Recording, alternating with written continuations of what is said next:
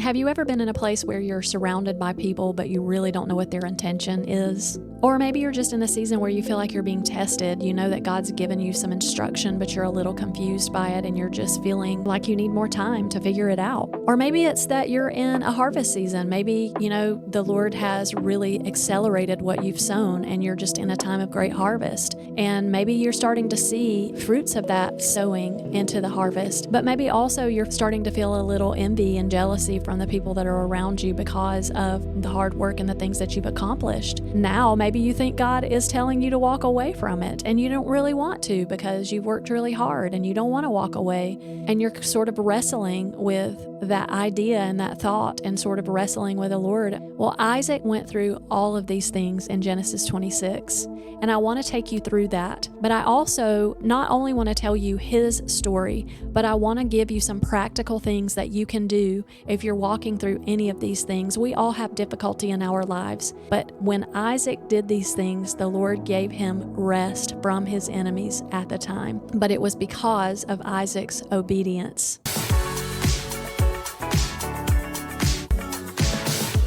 Hi, welcome to my studio. I'm Dana, and this is The Walk of Legacy. I am in Genesis 26 today, and we're talking about Isaac and all of the things that he faced that we as human beings face in our daily lives all the time.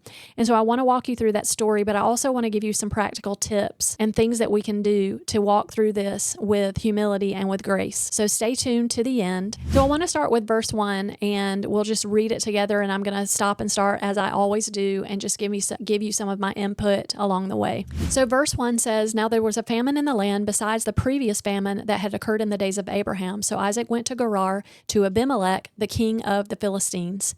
Now, this was not the same king that was the king when his father was alive. It was the same name, and it's believed that all the kings of the Philistines' names were changed to Abimelech when they became king. But at this time, Isaac wasn't really sure what their intentions were. And obviously, we know that the Philistines later became fierce enemies of the Jewish people. And if you know anything about who the Philistines are today, they are Palestinians. So put those two together, and it is still going on today. So in verse 2, it says, "The Lord appeared to him and said, 'Do not go down to Egypt. Stay in the land of which I shall tell you.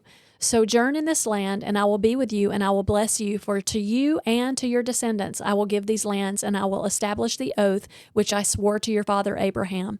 I will multiply your descendants as the stars of heaven, and will give your descendants all these lands. And by your descendants all the nations of the earth shall be blessed, because Abraham obeyed me and kept my charge, my commandments, my statutes, and my laws.'" So this is just the Lord restating the covenant promise that he had made to Abraham and that he was going to fulfill through Isaac. And I just think also that this was a test of Isaac's obedience. And like I said, if you feel like that you have received some sort of instruction from the Lord and you're not really sure, maybe you're a little confused about it and you're not really sure what's next, this is, I think, where he probably was. He knows that his father was obedient to the Lord, and he knows he has big shoes to fill. So I think he needed to hear the promise again. So the Lord reminds him of that. The Lord also reminds him not only of the promise, but of Abraham's obedience, because this was about a covenant. And what do I always say about covenant? Compromise breaks covenant. And so there was no room for compromise in this moment in time. So Isaac obeys. They live in Gerar, and the same thing happens to Isaac that happened to Abraham. They start asking about his wife, because we know that his wife, Rebekah, was very beautiful. And so the men of Gerar start asking about his wife. And what does Isaac do? Isaac lies to them, just like Abraham did, and tells them that she is his sister because he's afraid these men will kill him in order to take Rebekah. This just shows his humanity. There are always times in our lives where we're fearful of things. There are situations and circumstances that we get in where it just brings fear, and we say things we shouldn't, and we do things that we shouldn't. But there's mercy for that, because really what God is concerned about is your heart. God in his protection allows the king to see Isaac caressing his wife. Outside the window he looks. It says, what verse was that? It came up in verse 8. It says, it came about when he had been there a long time that Abimelech, king of the Philistines, looked out through the window and saw, and behold, Isaac was caressing his wife Rebekah. Then Abimelech said to Isaac, behold, certainly she is your wife. How then did you say she is my sister? And Isaac said to him, because I said I might die on the count of her. Abimelech said, what is this you have done to us? One of the people might have easily lain with your wife, and you would have brought guilt upon us. So Abimelech charged all the people, saying, he who touches this man or his wife shall surely be put to death. Now, this is the same thing that happened to Abraham, and I just believe that this is the providence of God protecting Isaac and Rebekah in a land where he was surrounded by people, and he really didn't know what their intention was. You know, he was a little fearful, and he didn't know what to do sometimes, but the Lord was always with him. And I love that because God used his mess up to use it and turn it for good to be able to protect him. Now, this next verse is very important because it says in verse 12, now Isaac sowed in that land and reaped in the same year 100-fold. And the Lord blessed him, and the man became rich and continued to grow richer until he became very wealthy, for he had possessions of flocks and herds and a great household, so that the Philistines envied him. Okay, so this is what I'm talking about. This is what I'm saying is that Isaac was in a place where he had worked really hard, and God had accelerated what he had sown, because the Lord said, sow in this land.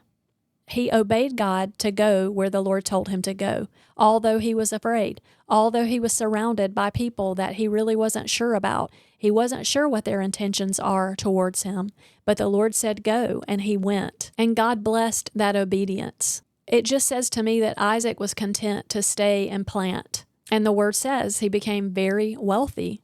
And guess what happens when you work really hard and the Lord blesses you and he accelerates what you've sown and you become accomplished? You're proud of the work that you've done. God has blessed it, and you know that the hand of the Lord is on you. And I love when I see people who are doing really well and are giving God the glory for it. You know, just take a step out, take yourself out of the equation and give him the glory, because he is the one who, his hand is the one that blesses.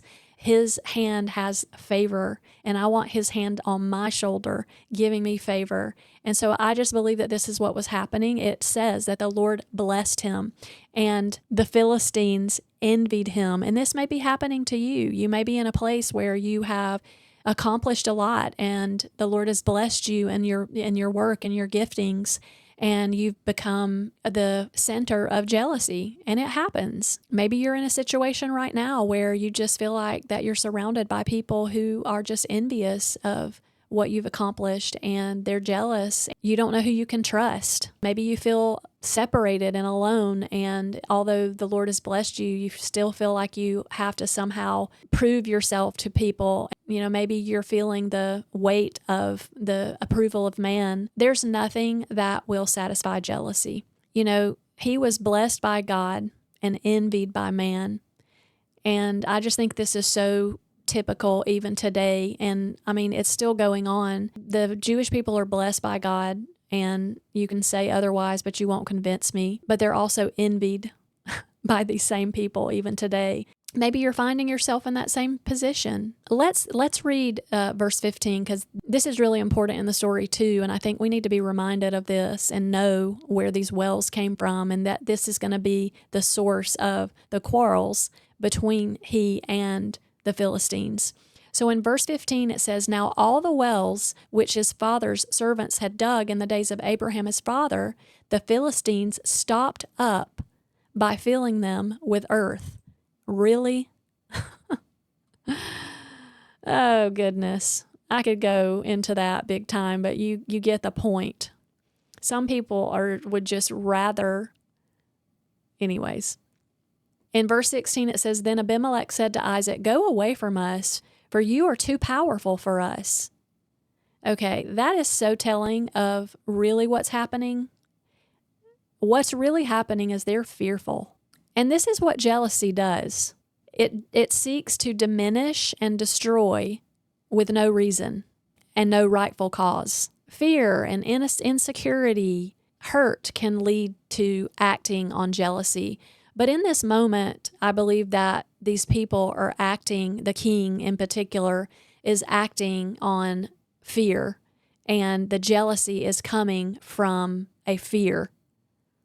And they know he's powerful. They see the hand of the Lord on him, and they are fearful and they're jealous of what God has blessed him with. And I also want to make a point here because I think fear drove them to act on the jealousy because they knew what they had done, and they no longer felt safe because they knew what they had done.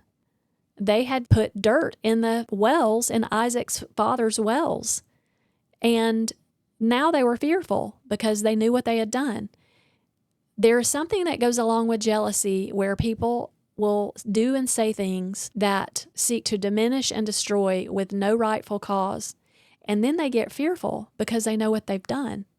And so they start backpedaling, trying to correct it. But they're still fearful because they know what they've done is wrong. And this is where I believe this king is. Because when you act on jealousy, it brings fear and distrust. And so now there's this feeling that they don't trust him and he doesn't trust them, but they know that he's powerful, more powerful than they are. And so they're in this conundrum of, what are we going to do now? We have to send him away. We have to ask him to go. And so they've completely sabotaged this relationship. That's what jealousy does. Jealousy sabotages relationships. And it can be so deep that it will make people do crazy things. So I want to read you this story, and it's in 1 Kings. Just a little side thing, and this is just a confirmation of what jealousy can do if you allow it to root in your heart, because jealousy is the seed of sabotage. So let's read it. It's 1 Kings 3:15 through 27. So it's actually 3:16 through 27. So we'll start in verse 16. It says, "Then the two women who were harlots came to the king and stood before him. The one woman said, 'Oh, my lord, this woman and I live in the same house, and I gave birth to a child while she was in the house. It happened on the third day after I gave birth that this woman also gave birth to a child, and we were together. There was no stranger with us in the house, only the two of us in the house. This woman's son died in the night because she lay on it. So she arose in the middle of the night and took my son from beside me while your maidservant slept, and laid him in her bosom, and laid her dead son in my bosom. When I rose in the morning to nurse my son, behold, he was dead. But when I looked at him carefully in the morning, behold, he was not my son who I had born.' Then the other woman said, 'No, for the living one is my son, and the dead one is your son.' But the first woman said, 'No, for the dead one is your son, and the living one is my son.' Thus they spoke before the king." And this is the wisdom and discernment of Solomon. But this is also the seed of jealousy that brings sabotage. Because in verse 23 it says, "Then the king said, 'The one who says, "This is my son who is living, and your son is dead, the dead one," and the other says, "No, for your son is the dead one, and my son is the living one," the king said, "Get me a sword." So they brought a sword before the king. The king said, "Divide the living child in two, and give half to the one and half to the other." Then the woman whose child was living spoke to the king, for she was deeply stirred over her son, and said, "Oh, my lord, give her the living child, and by no means kill him." But the other said, "He shall be neither mine nor yours. Divide him."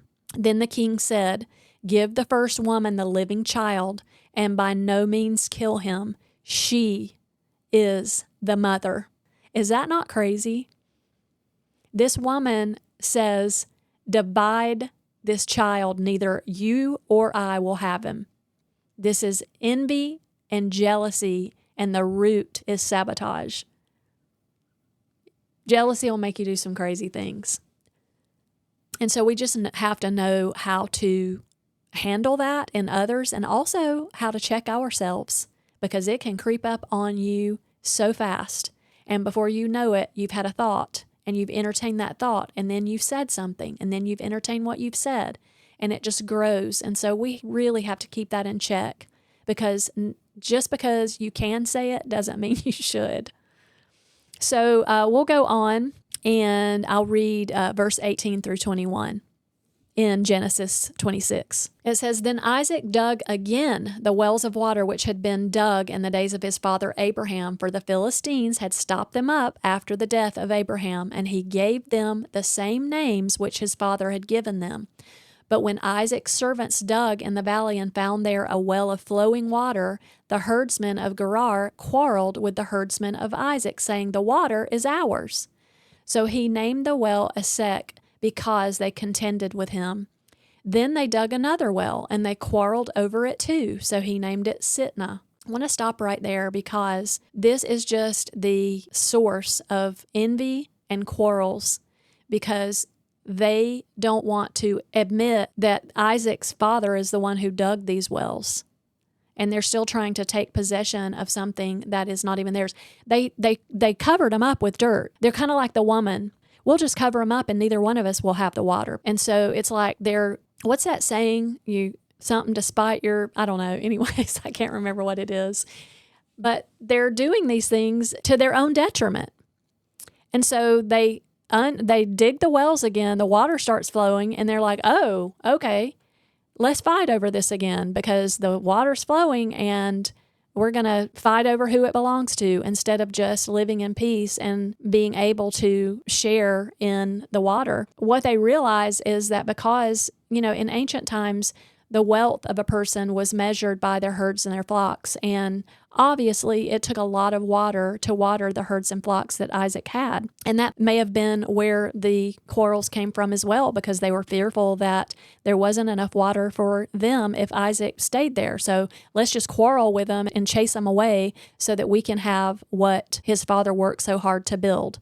So this is where I'm going with this, because there is a time where God will bless you and he will give you instruction and he will bless the work that you do. If you're obedient, he will show you how to do it, and you will work hard and he'll bless the work that your hands do and the gifts that you use that he's given you. But there will also come a time when people will begin to be envious or jealous, and they'll even do things to sabotage you, just because of the seed of jealousy. And this is maybe your moment where the Lord is telling you it's time to walk away, because my blessing is not contingent upon someone's jealousy or what someone does. My blessing goes with you. It doesn't stay where you did the work. It goes with you. And so I just feel like this is where Isaac is in this moment. He is contending to keep what his father worked so hard for, because it is something that the Lord blessed them with. So let's read on, because in verse 22, it says, He moved away from there and dug another well, and they did not quarrel over it.